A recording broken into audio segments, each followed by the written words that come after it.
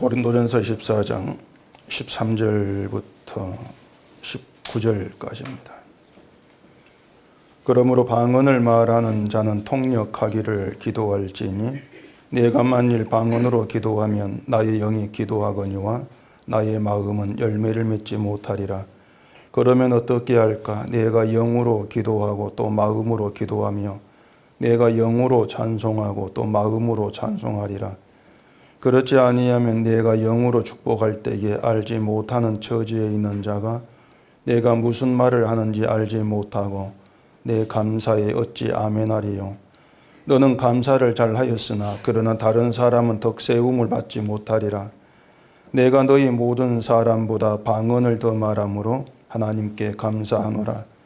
그러나 교회에서 내가 남을 가르치기 위하여 깨달은 마음으로 5마디 말을 하는 것이 1만마디 방언으로 말하는 것보다 나으니라. 아멘. 기도하겠습니다. 하나님 아버지, 이 시간 우리의 모든 생각을 다 내려놓고 하나님께서 우리에게 전달하시는 그 말씀만 받게 하시고 그 말씀 안에서 우리가 살아간 현실이 무엇인가를 깨닫게 하셔서 그 현실 속에서 주만 바라보는 저희로 나와질 수 있도록 은혜 주시옵소서. 예수님 이름으로 기도합니다. 아멘. 성경 속에 해석하기 어려운 구절들이 좀 있습니다. 그 구절들이 신학자들이 난해 구절 이렇게 부르는데, 오늘 읽은 그 본문 내용도 난해 구절이라고 신학자들이 좀 그렇게 얘기를 합니다. 그만큼 해석하기가 어렵고 이해하기 힘든 그런 내용으로 되어 있습니다. 근데 이 성경 해석이라고 하는 게 뭔가 하면은요, 영어를 뭐 한국어로 해석해내는 그런 걸 성경 해석이라고 하지를 않습니다. 성경 해석이라고 하는 건 성경에서 우리 현실을 찾는 겁니다. 하나님 말씀에서 지금의 현실을 보는 거. 이게 성경 해석인데, 그렇기 때문에 사실은 성경 해석 이렇게 말하기는 좀 힘들어요. 그냥 성경에서 내 현실이 어떤 것이고 또 하나님께서 우리를 어떠한 길로 또 무엇을 보게 하시는가, 이걸 찾아가는 것이다. 그렇게 이해하면 될 겁니다. 그렇기 때문에 우리가 성경을 아무리 잘 풀이했다 할지라도 그 해석이, 그 풀이가 지금의 우리 현실과 무관한 것이라면은 그건 바른 해석이다, 바른 이해다, 이렇게 말할 수가 없는 겁니다. 가령 그 13절에서 얘기하죠. 그러므로 방언을 말하는 자는 통역하기를 기도할지니, 이렇게 되어 있는데, 이 구절을 해석이 어렵다고 생각하는 분들은 없을 거예요. 왜냐하면 문구 그대로 해석하면 되거든요. 문구대로 해석하면은 방언을 말하는 사람은 방언만 가지고 안 되고 통역의 은사 같이 받아야 된다. 그렇게 해석하면은 되는 겁니다. 방언만 얘기하면 다른 사람이 이것을 알아듣지를 못하고 또 그 사람에게 유익이 되지를 못하니까 통역의 은사를 같이 받아가지고 무슨 말인지를 알아듣게 하는 것이 남에게 유익되는 것이다. 그렇게들 다 그렇게 해석들을 하고 있습니다. 그래서 주로 이 방언에 대해서 비판적인 입장을 내보이는 그런 사람들은 이런 구절을 내세워가지고 통역의 은사를 받지 못했으면 방언하지 말아라, 이렇게 얘기를 하기도 하죠. 자, 그러면은 그렇게 문구대로 해석을 했다고 하십시다. 그 해석이 지금 여러분의 현재 신앙 현실과 일치가 되는 것을 생각해 보시라는 거예요. 방언하는 사람은 통역까지 해야 된다, 이렇게 했을 때에 그게 여러분 현실과 맞냐고 하는 것입니다. 그 해석이 여러분의 현실이 되려면 일단 여러분이 먼저 방언을 해야 됩니다. 방언한 사람이 통역 은사를 구해야 되니까 먼저 방언을 해야 되죠. 방언은 못하는데 통역을 위해서 기도할 필요는 없는 거죠. 설령 다른 사람이 방언하는 것을 통역해 주기 위해서 통역의 은사를 구한다고 합시다. 그럼 그것도 먼저 요구되는 게 뭐냐면 여러분의 신앙 환경의 주변에 방언한 사람이 있어야 돼요. 많아야 돼요. 그래야 내가 통역 은사를 받아가 써먹을 거 아니겠습니까? 주변에 방언 사람 없는데 통역 은사를 받아봐야 그건 아무 필요가 없는 것이거든요. 그렇게 보면은 이 바울의 말을 통역의 은사를 받기 위해서 기도하십시오, 이렇게 해석을 하면은 우리 은속교회 현실과는 전혀 맞지 않는 현실이 해석이 되어버린다는 얘기입니다. 우리가 모여가지고 통역의 은사를 달라고 기도한다고 하면 상상을 해보세요. 통역 은사를 구한다고 기도한단 말이죠. 그건 현실적이지 않을 뿐더러 이건 코미디하는 거 똑같은 겁니다. 방언도 못하는데 주변에 방언 사람 없는데 통역을 하게 해달라, 이런 기도를 한다. 전혀 안 맞는 얘기거든요. 뭐 오순절파 사람들에게야 통역의 은사를 구하는 것이 현실적일 수가 있겠죠. 이 사람들은 뭐 방언을 성령 은사로 믿고 있고 또 방언을 해야 된다고 주장하는 이제 그런 사람들이고, 또 실제로 뭐 거기는 방언한다고 한 사람들로 이제 가득하고 있으니까 뭐 통역을 위해 기도해라, 그 말이 현실로 그렇게 들릴 수도 있을 겁니다. 근데 바울은 무슨 오순절파 사람들을 염두에 두고 지금 이런 말을 하고 있는 것이 아닌 거예요. 교회에 하고 있는 것이지 어떤 오순절파에다가 이런 말을 던지고 있는 것이 아니라는 얘기입니다. 이 성경이라고 하는 것은요, 모든 신자에게 현실로 다가오는 겁니다. 모든 신자에게. 누구에게는 이게 현실적인 문제가 되고 누구에게는 현실과 상관없는 말씀이 되고, 그렇게 이 성경이 사람을 구분하지가 않아요. 모든 사람에게 현실이 된단 말이죠. 따라서 일단 우리가 생각해야 될 것이 뭐냐면, 지금 바울은요, 방언한 사람만 염두에 두고 이 말을 하고 있는 것이 아니라는 겁니다. 이걸 먼저 염두에 두셔야 됩니다.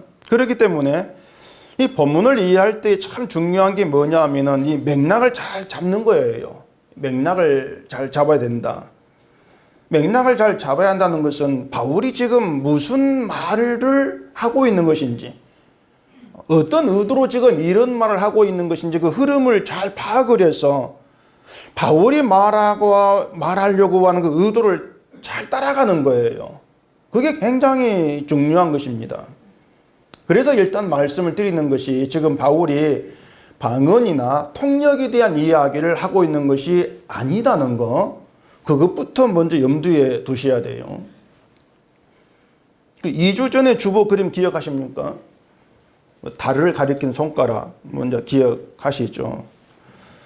손가락이 달을 가리키고 있는데 달을 보지 않고 손가락에만 관심을 두고 손가락만 보고 있는 그런 실수를 우리가 늘 하게 되는 거예요. 바울이 방언과 통역에 대해 말하는 것도 그런 의미란 얘기입니다. 방언, 통역 이런 문제를 도구로 해가지고, 그게 도구예요. 지금 바울에게는 그걸 도구로 해서 고린도 교회로 하여금 알게 하고 보게 하고 있는 게 따로 있다는 겁니다. 방언 도구다, 이렇게 보시면 되는 거예요. 방언, 통역 이게 목적이 아니라는 것입니다. 따라서 손가락이 우리의 현실이 아니고요, 손가락이 가리키고 있는 달이 우리 현실이 된단 말이에요. 때문에 방언을 현실로 지금 보면 안 되는 것이고, 방언을 통해 가리키고 있는 다른 거, 그게 우리 현실의 문제로 다가와줘야 된다는 거, 그게 본문을 지금 보는 데 있어서 굉장히 중요한 문제가 된단 말입니다. 자, 그렇다면 우리는 바울이 이 방언과 통역을 가지고 뭘 가리키고 있느냐, 지금 이걸 잘 봐야 되는 것이죠. 거기에서 우리 현실의 문제를 보는 거, 이게 바울의 의도를 따라가는 것이다, 이렇게 얘기할 수가 있는 겁니다. 지난주 본문의 그 10절, 11절 보십시다. 이같이 세상에 소리의 종류가 많으나 뜻없는 소리는 없나니, 그러므로 내가 그 소리의 뜻을 알지 못하고 내가 말하는 자에게 외국인이 되고 말하는 자도 내게 외국인이 되리니, 이런 말이 있습니다. 세상에는 많은 그 종류의 소리마다 뜻이 있다는 거예요. 그러면은 두 사람이 같은 소리를 들었습니다. 그 뜻을 같이 알아듣습니다. 같이 알아들으면은 둘은 서로 통한다, 이렇게 얘기할 수 있는 것이죠. 서로 통한다. 쉽게 말해서 누군가가 한국말을 하는데 그 말을 알아들으면은 한국 사람이다, 이렇게 볼 수 있다, 그 말입니다. 제가 지금 한국말로 설교하잖아요. 여러분 알아듣지 않습니까? 같은 한국 사람이에요. 만약에 제 말을 못 알아듣는 분이 있다면 그건 외국 사람이죠. 바울은 지금 방언을 그렇게 얘기하고 있는 거예요. 방언이 그렇게 말이 통하지 않은 외국인과 외국인의 관계로 만들어버린다는 얘기입니다. 방언을 한다고 했을 때에.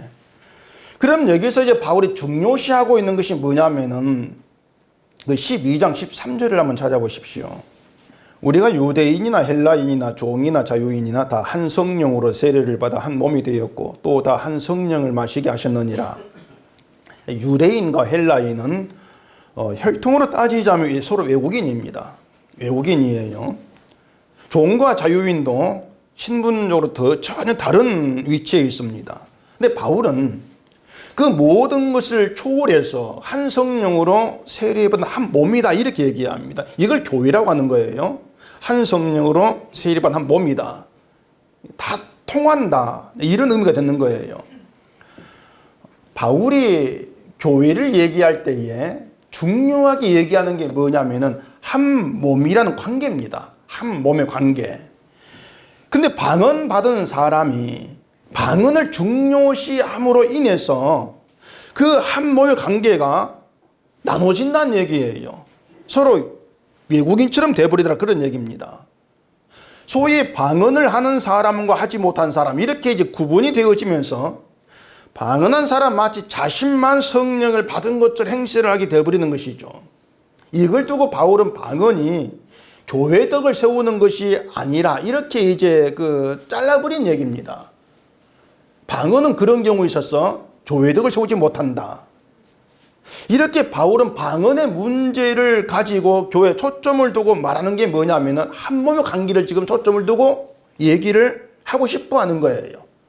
그게 본문의 맥락이라고 보시면 된단 말입니다. 근데 방언이 이제 뭔지, 방언을 해야 될지 말아야 될지, 또 통역의 은사를 받은 방언을 할 수 있는 것인지, 그러니까 이런 문제는 다 접으시라는 거예요, 지금. 바울은 전혀 그게 관심이 없는 겁니다, 지금. 바울에게는 교회의 통역을 하라 말아라 이런 문제가 아니고요. 한 몸의 관계로 지금 끌어가고 있는 거예요, 방언을 가지고서. 그걸 잘 주의를 해서 본문 보셔야 한단 말이에요. 통역이라는 말은 바울이 고린도서에서만 얘기합니다, 지금. 성경에 통역이라는 바울이 고린도서에만 나와요. 다른 어떤 서신서에서도 바울은 통역의 은사를 받아야 된다, 통역이라는 말을 한 적이 없어요. 그게 뭐냐면 이 통역의 은사를 받는다는 문제가 믿음에 있어서는 전혀 중요한 문제가 아니라는 겁니다. 그렇기 때문에 얘기한 대로 방언을 해야 될까 통역을 해야 될까 그런 생각 다 접어버리시고 본문 봅시다. 그 얘기를 제가 말씀을 드리는 겁니다. 자, 18절 보십시다.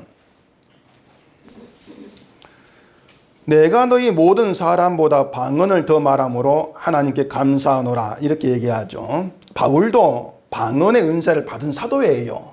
방언을 할 수 있습니다. 심지어 방언 받았다는 모든 사람도 보다 더 방언을 한다 이렇게 얘기를 하고 있습니다.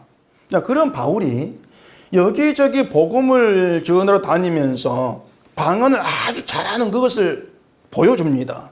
그럼 어땠을까요?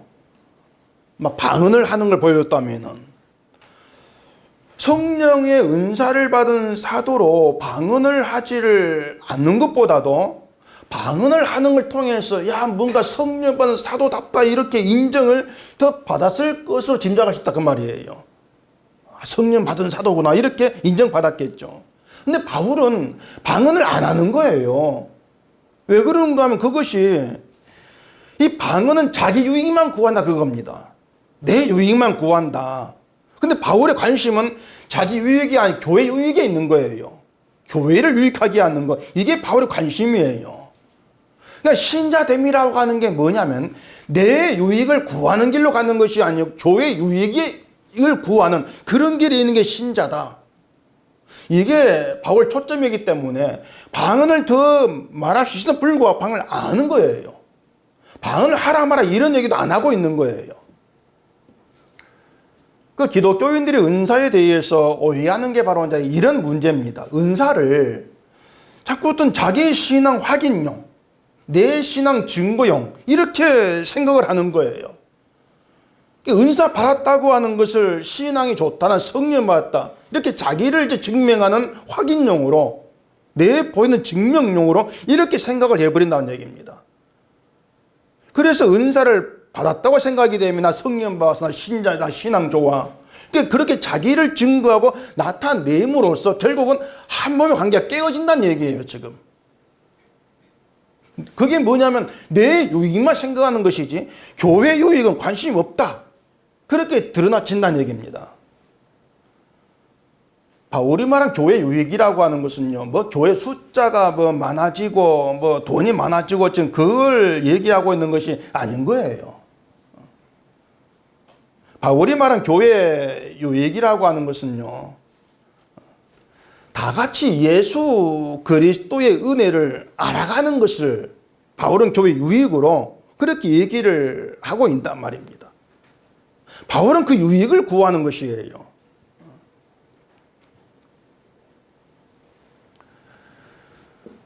그렇기 때문에 어떤 은사라고 하는 것도 우리가 행하는 그 어떠한 것도 내 신앙의 어떤 증명용이나 나를 보여주는 것으로 용도로는 나와질 수 없는 것이 바로 교회의 관계라고 하는 것입니다. 그게 교회의 덕을 세워가는 것, 교회 유익이 되어지는 그 일에 우리가 들어있다고 하는 걸 감지하고 있는 그런 모습이라고 할 수가 있는 것이죠. 말씀드린 것처럼 교회 유익이 되는 것은 그리스도 알아가는 거 같이 함께 이렇게 말할 수가 있어요. 그리스도를 알아간다는 건 다르게 말하면은 그리스도를 알게 됨으로써 하나님께서 내게 베푸신 것을 깨닫는다는 겁니다. 그리고 그게 감사가 되는 거. 이게 교회 덕이 되는 거예요. 때문에 교회 유익을 위해서 신자가 할 수 있는 일은요, 그냥 예수님을 증거하는 거예요. 뭐 교회 밖에 나와가지고 믿자는 사람 예수 믿으라고 뭐 전도하라 그 뜻이 아니에요. 성령이 함께 하시는 교회에서는 예수만 증거하라는 겁니다. 예수만 나타내라는 거예요. 바꾸어 말하면요, 내 자신 증거하지 말라는 겁니다. 내가 드러나고 여기에 관심 두지 말라는 거예요. 근데 나 방언 받았다 이래 버리면 그게 결국 자기를 증거하는 게 돼버린다는 얘기입니다. 그렇게 자기를 증거함으로 인해서 다른 누군가가 나보다 못한 자가 된다는 것이죠. 방언 못하는 사람, 그렇게. 그게 교회 덕이 되지를 못하는 것이다. 바울은 그렇게 보는 거예요. 또 14절 보십시다. 내가 만일 방언으로 기도하면 나의 영이 기도하거니와 나의 마음은 열매를 맺지 못하리라. 어려운 말입니다. 이것도 참 어려운 말인데, 일단 바울이 마음으로 원하는 것이 뭘까? 바울이 마음으로 원하는 것은 앞에 계속 말씀드린 것처럼 교회가 그리스도의 한 몸의 관계를 늘 증거되는 겁니다. 그걸 마음으로 원한다 이렇게 보십시다. 그 앞에 12장 또 한번 찾아볼까요? 고린도서 12장 26절. 만일 한 지체가 고통을 받으면 모든 지체가 함께 고통을 받고 한 지체가 영광을 얻으면 모든 지체가 함께 즐거워하느니라. 함께 하는 관계예요. 그게 바울 마음에 있는 교회예요. 함께하는 관계. 이런 교회가 되어야 된다 지금 그게 아니고 함께하는 관계, 이게 성령의 세계라는 겁니다. 함께 할 수 있게 되어지는 거. 근데 바울이 방언으로 기도한다고 해서 그런 성령의 관계 되냐 그 말이에요. 방언 기도했을 때에 방언은 성령의 은사니까 방언으로 기도하는 걸 영으로 기도한다 이렇게 얘기할 수 있을 거란 말입니다. 지금 교회에서 방언이라고 혁고 이상한 그 말을 얘기하는 게 아니에요.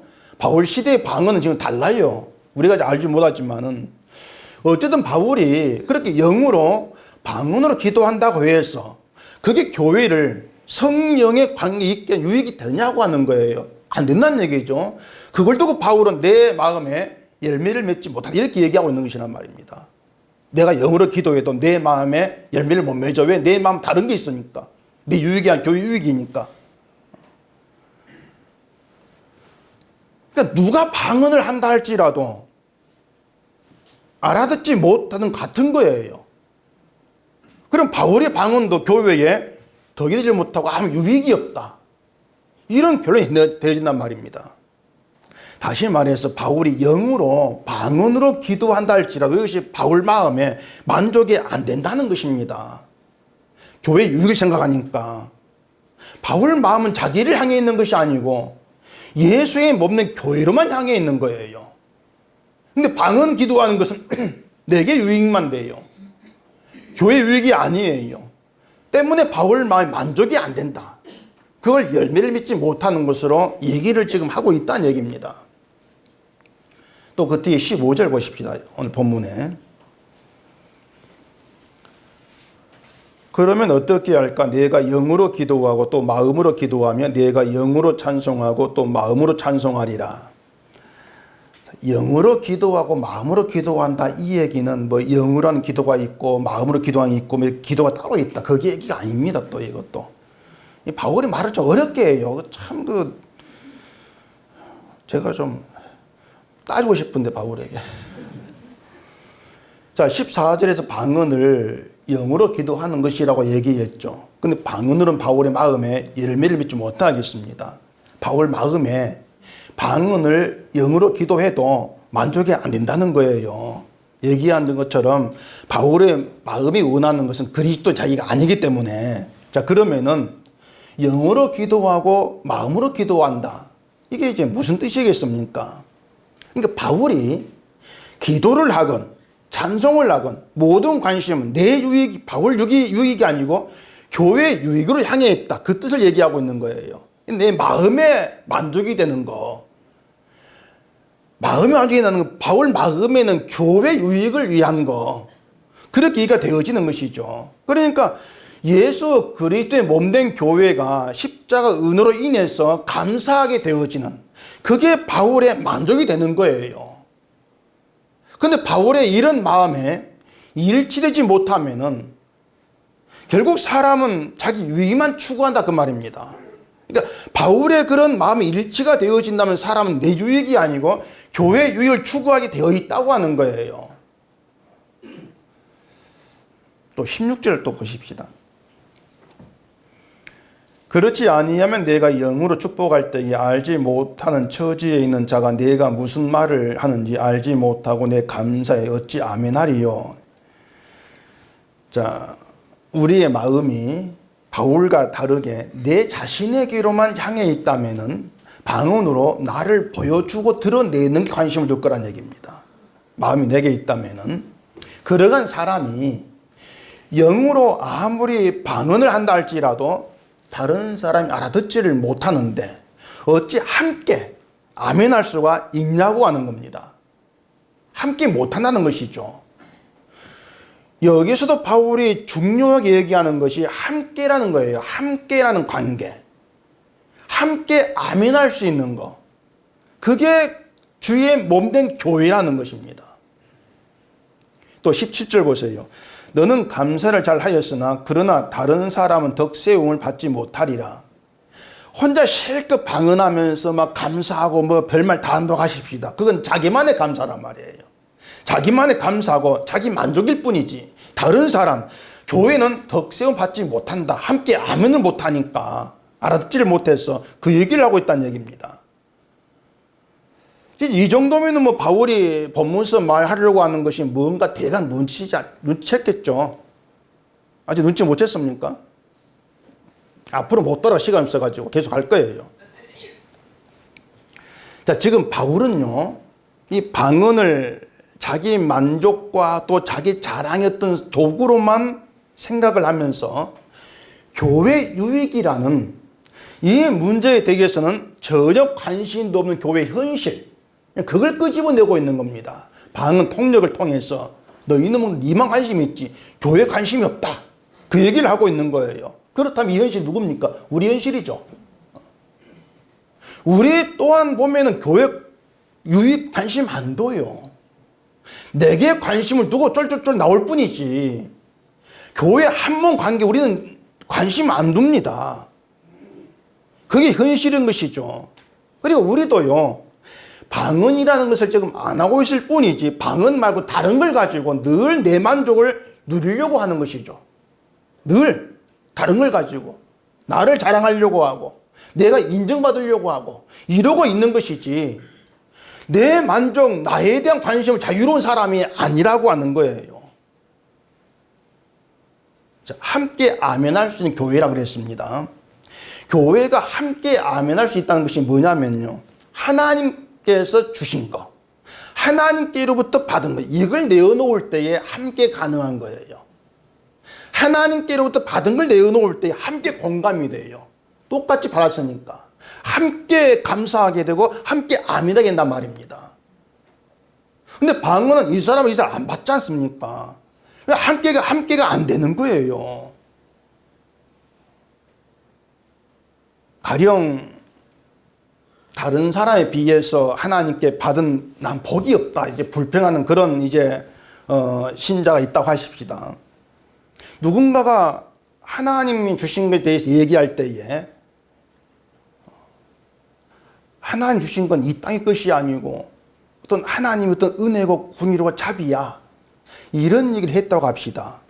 그걸 통해서 나에게도 하나님 주신 넘치는 복이 있구나 깨달았을 때에 그 말이 함께 감사하고 아멘하게 되어지겠죠.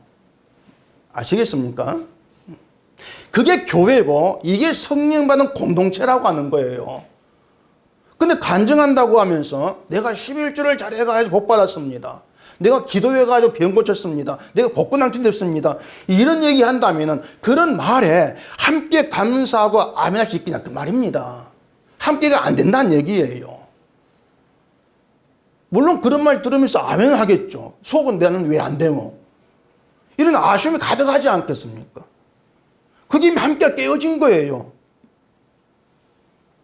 이게 뭔가 하면은요, 결국은 나에게 만족이 된 신앙 얘기만 다들 끄집어내고 있을 뿐이지 함께 감사하고 함께 아멘한 이 관계에는 관심이 없다는 겁니다. 내가 이걸 알았구나, 이걸 했고, 항상 내가 중심이 돼가지고 내 것만 자꾸 내어놓으려는 습성이 있는 거예요. 함께하는 관계, 함께 아멘하는, 함께 감사할 수 있는 게 교회라는 거, 이건 아예 잊어버리고 있는 것이죠. 그게 우리 현실을 했을 때에 바울인 방언 문제로 바로 그런 우리 현실 교회됨을 지금 지적을 하고 드러내고 있는 거예요. 바울은 성령 받은 사도입니다. 바울이 성령 받은 사도라고 했을 때에 바울이 성령 받은 증거가 이런 뭡니까? 바울이 성령 받은 증거, 성령 받았기 때문에 나타나는 증거, 특징, 이게 뭐겠습니까? 남 얘기하지 말고요, 여러분이 성령을 받으시면 어떤 증거가 나올 거라고 생각을 합니까? 또 어떤 증거 나오고 있습니까? 오늘 가셔가지고 저녁 내내 고민하시고 문자 답 주십시오. 성령 받으면 오순절발 사람들은 그럽니다. 몸에 진동이 온다, 방언을 하고 이제 그런 특징, 그런 증거물을 이제 끄집어내죠. 근데 그건 사람이 만들어낸 이야기입니다. 성령 받으면 사람 인격이 변하고 성품 달라지고 행동이 달라지고 신앙에서 열심히 생기고 좋다는 건 다 갖다 붙이죠. 몸에 좋은 보약 다 갖다 먹는 것처럼 말입니다. 좋은 거 다 갖다 붙이는 거예요. 이게 성령 받은 사람이야. 또 모델을 자꾸 만들어내려고 하는 거예요.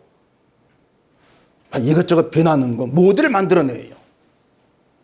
근데 성령 받은 사람 모델은요, 성경에 수두룩해요. 성경에 다 있지 않습니까? 성령 받은 증거가 뭡니까? 이렇게 했을 때 그걸 성경 찾아내야지. 왜 사람이 말을 만들어내냐 그 말입니다. 성경 보면 되는 것인데. 그러니까 성경에도 없는 가짜가 성령 받았다고 자기 자랑이 나오고 있는 그런 꼴이에요 지금. 성령은 그리스도 영입니다. 그리스도 영으로 오셨기 때문에 신자로 하여금 그리스도를 알아가게 합니다. 성령이 오시면은.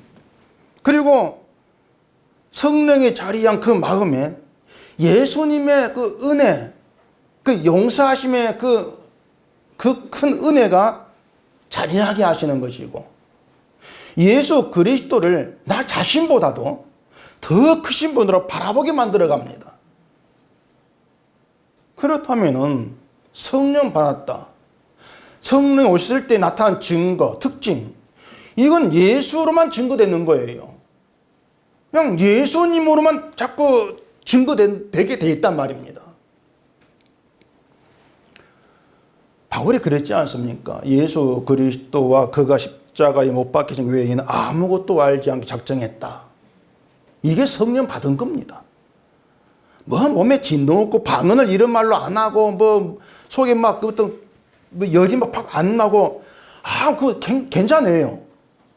바울처럼 나는 예수님의 십자가 외에 아무것도 알고 싶지가 않아. 그 이미 성령의 흔적 역사죠. 이러한 바울이 어떤 교회를 생각할지 이건 우리가 말하지 않아도 잘 알 수가 있는 거예요. 여러분, 교회는요, 예수 그리스도의 피의 은혜로 거룩함을 받은 지체들이 한 몸을 이루고 있는 겁니다. 그게 교회입니다. 때문에 그 교회에서 가장 크고 높고 존귀한 것은 예수 그리스도다. 가장 복되게 여기는 것은 주로 인한 은혜다. 당연한 것 아니겠습니까? 그 교회에 다른 가치 없는 거예요. 세상성은 잘 됐노니 뭐 내가 뭐 어떻게 해가지고 뭘 받았노니 아무 가치가 없는 거예요. 성령이 역사하고 다스리는 그런 교회에서는 사람으로 나오는 것이 가치 있는 것을 높임받지를 않습니다. 그게 성령이 함께한다. 증거로 드러나고 있는 거예요. 뭐 사람의 행한 공로, 의로움 이런 것보다도 그 예수님의 십자가 은혜가 더 크고 높기 때문에 늘 은혜만 자랑이 되죠. 주님의 은혜만. 이게 교회란 얘기예요. 그것처럼 예수님의 은혜가 크고 존귀한 것으로 신자의 마음에 자리하고 있기 때문에 그 상대적으로 내가 뭘 하든지 간에 그건 아무것도 아닌 거 작아지는 거예요. 내가 한 일은 다 작아지는 거예요. 그러니까 교회는 그런 관계로 함께하는 것이다. 바울 마음에 그런 교회가 있는 거예요. 인간이 받았고 뭐가 행하고 뭐 드러나고 이런 공로 이건 다 작아지고 주님께서 이루신 십자가의 은혜만 높고 크고 존귀한 것 자리하고 있는 거. 그럴 때에 주님만 드러나게 되어지면서 주로 인해 감사하고 함께 아멘하게 되어지고 그렇게 되어지는 것이죠. 이게 바울 마음인데 바울이 영으로 방언 기도를 한다고 해서 그게 바울 마음이 만족이 되겠냐는 얘기입니다. 만족이 안 되죠. 은사 부분은 그렇게 이해할 필요가 있는 거예요. 그 대개 기독교인들이 은사 받기를 원합니다. 근데 그러면 당신은 어떤 은사 받기를 원합니까? 이렇게 물어본다면 하나같이 방언, 병 고치는 뭔가 좀 큰 거. 다 그런 걸 원하죠. 내 능력을 보여줄 수가 있는 거. 이걸 원하지 않겠습니까? 그러니까 은사를 받아가지고 그걸로 내가 믿음이 큰 자라는 것을 자꾸 그렇게 보여주고 싶어 하는 거예요. 근데 우리에게, 신자에게 정말 예수님의 그 용서의 은혜가 정말 크다면요. 정말 놀랍 크다면은 내가 어떤 은사를 받아도 내가 크다 생각 안 합니다. 내가 뭘 해도 내가 이렇게 대단해. 그 생각요 절대 할 수가 없는 거예요. 내가 어떤 은사를 뭘 했고 생각하지도 않고요. 그냥 내 안에 살아계신 주님 이끈대로 살아갈 뿐이에요. 예수님께서 병 고친 사람들을 한번 생각해 보세요. 날 때부터 걷지 못한 안진뱅이가 있고 보지 못 소경도 있고 벙어리도 있고 기머거리가 많이 있지 않습니까? 수십 년 병한 여인도 있고요. 이들을 예수님이 이제 고쳤습니다. 죽을 때까지 고통을 겪고 살아야 하던 그 운명인데 예수님이 낫게 했단 말이에요. 그 병에서 평생 짊어지고 할 그 병에서 해방되었다는 얘기입니다. 우리가 그런 병든 건 아니지만은 그 병 고침 받은 그들에게 예수님이 어떤 분이었을까? 낳게 해준 예수님이 어떤 분이었을까? 한번 상상해 보시라는 얘기입니다. 말 그대로 내 인생을 구원해준 구원자 아니겠습니까? 내 인생의 구원자. 단지 병 고쳐준 분이 아니고 내 인생을 구원했다. 평생 병의 고통이 살아야 그것에서 해방되었으니까. 자연히 그들에게는 예수님이 고침받은 그 은혜가 말할 수 없을 만큼 크게 마음에 박힐 수밖에 없는 거예요. 그런 경험이 있기 때문에. 자, 그럼 우리가 예수님 앞에서 우리를 어떻게 생각을 해야 되겠냐고 하는 것입니다. 자, 죄의 존재, 저주의 존재라고 했을 때에는 이 세상에서 인생만이 아니고 운명 자체가 이건 심각해요. 저주다. 그 운명 자체가 심판이지 않습니까? 운명 자체가. 근데 예수님께서 그런 우리 운명을 짊어지고 십자가 대신 죽으셨어. 우린 거기에 해방되었어. 이걸 생각해 보시면서요. 그런 우리가 예수님의 은혜로 구원받았다. 그 구원받은 의미가 뭔가를 좀 생각해 보시라는 얘기입니다. 그냥 통속적으로 들은 얘기라고 지나치지 마시고요. 정말 내 운명의 문제를 들고 주 앞에 나가서 돌아보자는 얘기죠. 예수님께서 십자가 흘린 그 피가 없었다면은, 그리고 성령이 나에게 그 피의 은혜를 알게 하지 않았다면은 나는 저주의 존재 그대로 영원한 심판에 들어갈 운명이다. 그게 내 본래 처지야. 그 생각으로 주 앞에 나보시라는 얘기입니다. 그랬을 때 십자가의 피의 용서는요, 내 운명 자체를 바꿔버리는 겁니다. 어둠의 빛으로. 바꿔버리면 말할 수 없는 은혜예요. 영원한 운명을 바꿔버렸는데 이 은혜보다 큰 건 없는 거죠.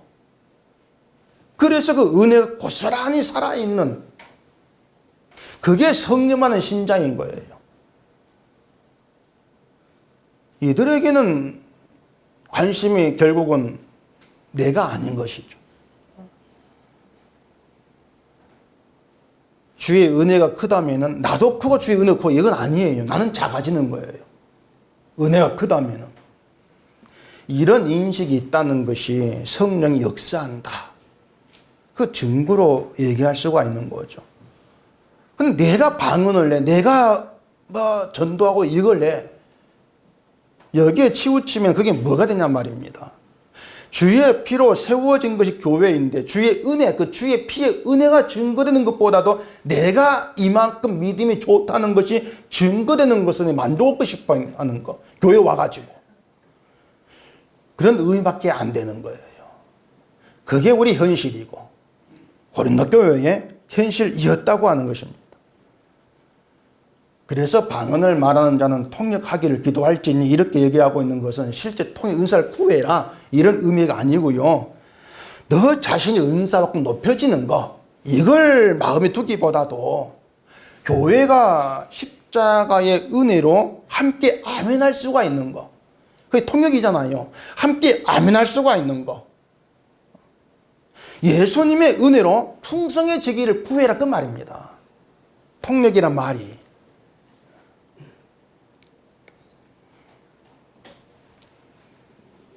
그래서 교회라고 하는 것은요, 내 믿음, 네 믿음 이게 없이 예수님의 용서로 운명의 통째로 뒤바뀐 자, 우리 모두가 다 똑같지 않습니까? 운명의 통째로 뒤바뀐 자로 함께 한다면요, 자연히 예수님이 십자가에서 이루신 그 은혜의 세계, 그 은혜 때문에 함께 기뻐하는 것이고 함께 아멘하는 거죠. 함께 감사하는 거예요. 그게 교회. 그게 바울의 얘기예요. 그래서 19절에서 이렇게 얘기합니다. 그러나 교회에서 내가 남을 가르치기 위하여 깨달은 마음으로 5마디 말을 하는 것이 1만마디 방언으로 말하는 것보다 나으니라. 이 한국교회가 방언의 입장이 둘로 나뉘어져 있습니다. 한쪽은 이제 방언을 성령한 증거로 주장하고 다른 한쪽은 방언을 불필요한 것으로 이렇게 보면서 교회 질서를 위해서 방언을 하면 안 된다 이렇게 주장한 또 그런 쪽이 있습니다. 이 사람들 방언하면 이 사람들은 이 19절을 근거해 가지고요, 깨달은 마음으로 5마디 말하는 것이 1만 마디 방언보다 더 낫다. 그러면서 방언하지 마. 성령 깨닫고 말하는 게 나은 것이야. 이렇게 얘기를 하기도 합니다. 근데 바울의 말은요, 방언이랑 은사를 지금 무시하고 있는 게 아닌 거예요. 다만 남을 가르치기 위해서 깨달은 마음으로 하는 그 말은 비록 5마디를 할지라도 모두에게 뜻이 전달되어지고 그 깨달은 마음에 함께 할 수 있는 유익이 있다는 겁니다. 함께 할 수 있다는 거예요. 근데 방언은 1만 마디로 아무리 계속 말을 한다 할지라도 다른 누구에게 뜻이 전달되지 않는 거예요. 지 혼자라 끄맥입니다. 그게 교회 관계 안 맞다. 다른 점이다. 교회 유익이 아니다. 그런 점에서 5마디의 말이 더 낫다.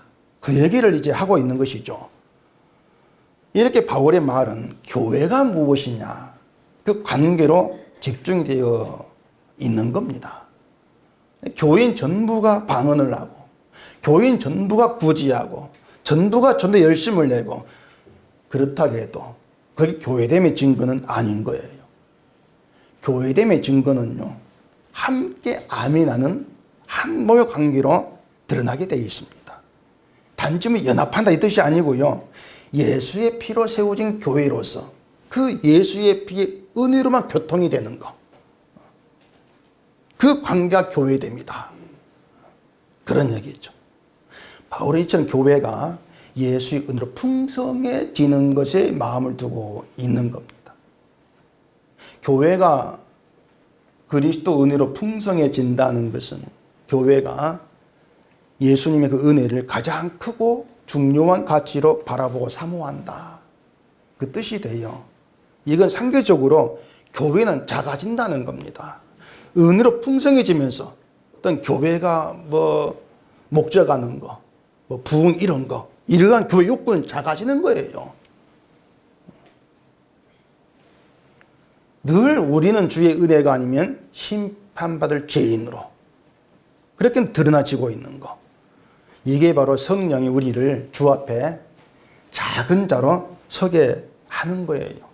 작은 자로 나오게 한다는 얘기입니다. 근데 지금의 어떤 교회 신앙의 흐름 보면은 작은 자로 주 앞에 세움 받으려고 하지를 않습니다. 늘 세상 안에서 큰 자로 서고 싶어 하는 것이죠. 예수는 장신용일 뿐이고 실제 채우고 싶어 하는 것은 교인 수, 돈, 이런 걸 누가 부인하겠습니까? 그래서 통역하기를 기도해라. 이런 말에는 그런 현실이 다 담겨 있는 거예요. 교회라고 이름만 하고 있을 뿐이지 실제로는 서로가 서로에게 외국인이 되어가지고 자기를 위해 달리는 그런 현실이다. 그게 너희다. 그렇게 얘기하고 있는 것이죠. 교회로 모인다고 하면서 서로가 예수에게 나의 관심 두지 않기를 작정을 하고 모이는 것 같아요. 우리 십자가는 말하지 맙시다. 약속하고 모이는 것 같아요. 제 느낌이. 은숙기 말고, 또 은숙기 그러면 또 좀 마음이 상할까봐 은숙기 말고 다른 교회. 알아들으세요, 그냥. 예수님께 관심이 가지 않는 건 결국 관심 대상이 나라는 거예요. 때문에 내게 이익되는 걸 절대로 놓치려고 하지를 않게 되는 것이죠. 제가 얼마 전에 이런 그 교회 이야기 들었습니다. 그 교인이 한 30명쯤 이제 되는데, 그 이제 목사가 은퇴를 하고 이제 올로목 되는데 막 전별금, 1호금 막 해가지고 2억을 달라 이제 30명인데 막 그렇게 이제 한다는 거예요. 교회가 돈이 없으니까는 어떻게 했냐면은 후임자 광고를 내면서 그 이제 전임자의 2억 줄 돈 2억을 대신 내주고 들어올 사람 구한다는 겁니다. 올까요, 안 올까요? 옵니다. 순진하시네. 와요. 어떤 목사 자기 집 팔아가지고. 왜냐하면 우리 교단은 교인수 작으니 그런 게 없는데 다른 교단은 목사가 차고 넘칩니다. 차고 넘쳐가지고요. 어느 교회 목사가 비우면 땜빵 해주고, 땜빵이란 말도 좀 그렇네. 뭐라 해야 됩니까? 말이 생각이 안 나나. 하여튼 가가지고 떼가지고 일당 받고 오고 그런 것도 있어요. 그래, 그런 그 분들은요, 정말 교회를 담임하는 게 엄청난 소원이라 그래요. 개척도 함부로 못 합니다, 요즘은. 쉽게 문 닫으니까는. 그래, 자기 돈 2억 주고 이제 가겠다는 사람이 있다는 거죠. 그 말 들으면서 은석이 한 5, 60명 되니까 한 4억 받아야 되겠나? 또 별개다 사람 한 번도 내. 자, 2억 주고 왔다 갑시다. 자기 돈 들어간 거 계속 생각날 것이고, 어떻게든 보충하려고 하지 않겠습니까? 계속 헌금을 할 것이고, 또 자기 은퇴한 돈 내놔라 할 것이고. 이게 계속 반복이 되는 거예요. 물론 그런 목사라면 뭐 그 교회도 아닌 것이겠지만요. 이게 지금의 이제 비일비재한 문제의 현실이라 그 말입니다.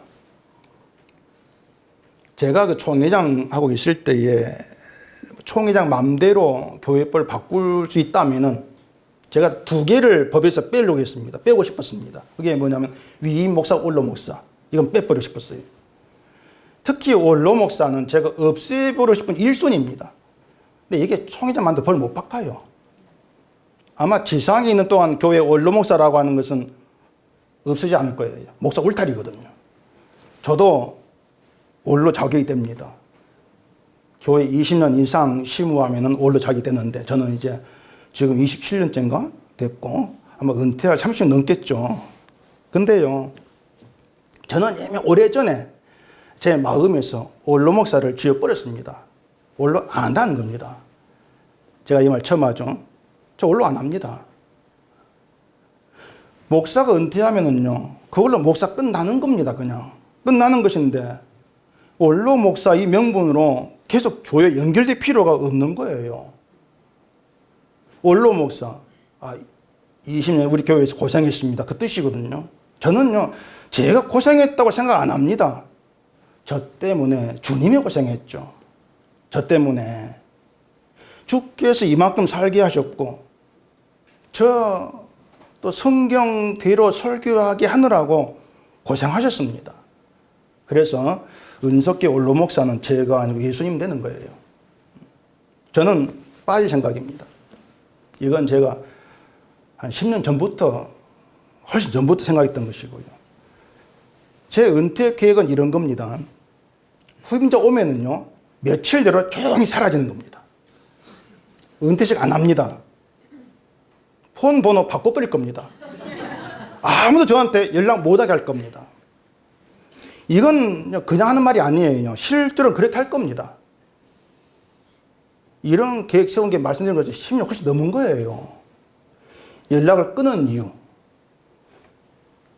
여러분이 보기 싫어서가 아니고요. 후임자가 왔어요. 마음에 들면 목사 전화 안 합니다, 원로한테. 절대 전화 안 합니다. 지금 좋은데 전화합니까? 전화했다는 뭐냐면은 불만 있는 거예요. 원로 전임자한테, 후임자한테. 목사님, 지금은 목사가요, 이렇고, 목사님 너무 달라요. 그 말 전 듣기를 싫습니다. 교회라고 하는 것은요, 마음에 들든 들지 않든 함께 지주고 볶고 그러면서 내가 얼마나 형편없는 자인가 알아가는 겁니다. 마음에 든 목사 기대하는 것 자체부터 잘못된 거예요. 근데 자기를 생각하지 않으려고 하는 거예요. 저마다. 그래서 전임자는 사라지는 것이 교회 유익을 위해서 필요한 거예요. 저는 조용히 사라질 거예요. 언제 될지 모르겠지만 아마 얼마 남지 않았게 생각이 듭니다. 교회는요, 주님만 사모하는 그 마음은 됩니다. 정말 그렇습니다. 우리가요, 서로 주님만 사모하는 주의 은혜만 정말 알기를 원하는 그 마음으로 함께하면 되는 거예요.